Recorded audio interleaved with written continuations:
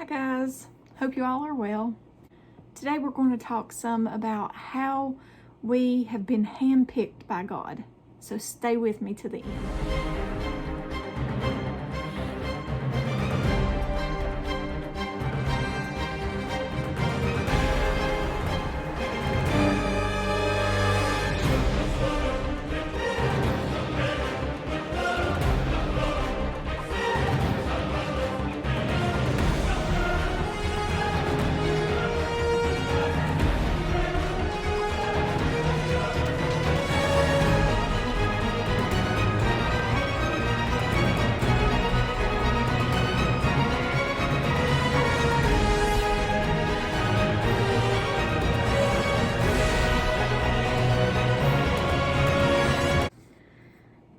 Most gracious and precious Heavenly Father, Lord, I ask that you instill in us a heart like David's, one that is totally devoted to you and wants to do nothing more than to please you.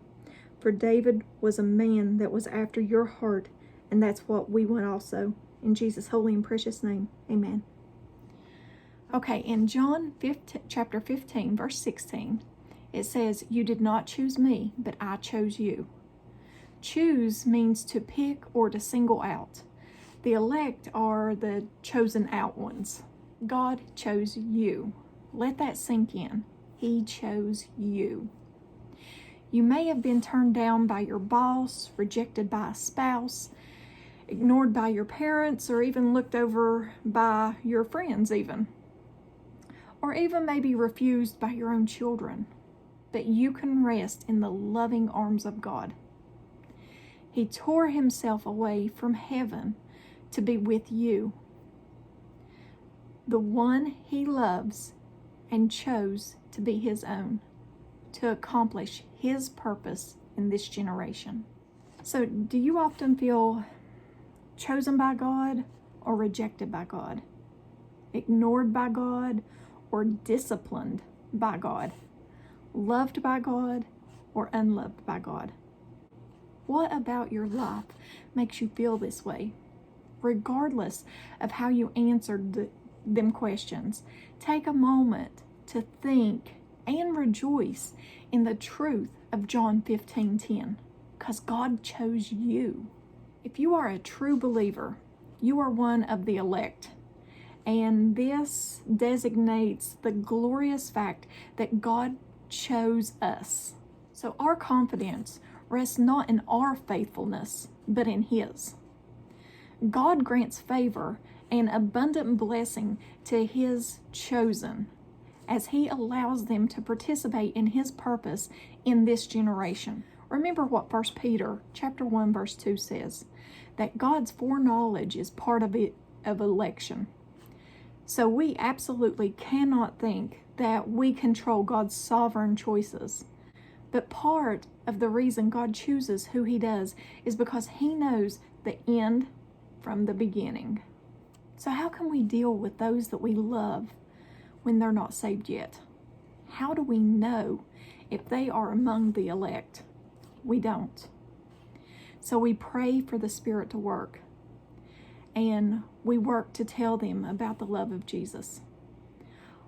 All the while, we can be secure that God will take the initiative to work in the people's hearts. This relieves any pressure to save people, because we can't save anyone. God is the ultimate controller. God is still looking for men and women whose hearts will reflect his passion. He has a divine search party going. He is seeking to show himself strong for those whose hearts are completely his. And we see that in 2 Chronicles chapter 16, verse 9. I sure want to see God in my everyday living, don't you? Turns out he desires to show up in our everyday living. He desires and delights to make himself known, but he desires first to see someone whom he sees a holy boldness by his Spirit to live fully committed and passionately for him. just like David did. The public anointing of David as king of Israel was the outcome of what he had taken place in private between David and God long before. David was anointed for his great service as his ministry as Israel's king because God, who discerns the hearts of all men, knew that David's heart was different from others. He had a prepared heart. We can learn much from how David's heart became prepared to so attract God's attention in Psalms 23. It gives us ample insight into David's heart. David's writing shows a man who trusted God, led a life of quiet devotion, pursued holiness despite his imperfections, was thankful, and remained consistently devoted to God regardless of life circumstances. The good news for all of us is that David wasn't born with a supernatural ability to do these things better than anyone else, okay? He was just like you and me. He was recognized that he was nothing more than a mere man shaped in iniquity and conceived in sin. And that's Psalms 51:5. He, just like you and me, had sin as a legacy and needed the redemption of God's grace extended to him. So any good thing God saw in David's heart was only there as a result of David's response to God's work in him. God's electing for us, for his specific purposes, rests on how we respond to his love and work in us by the Holy Spirit. You're here for him to do a work in you.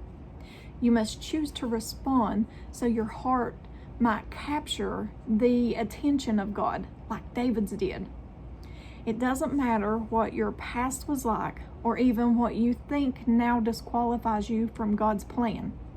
He has chosen you. You are handpicked by the Father. Now I urge you to walk in a manner worthy of the calling with which you have been called. And that's Ephesians 4:1. And that's all I have for you today. As always, give me a thumbs up or a thumbs down. Like, share, and subscribe. If you would like to continue on doing a lesson about David, let me know in the comments. And join me on Discord. The link's in the description. And I just want to say I love you guys. And I'll talk to y'all later. Bye.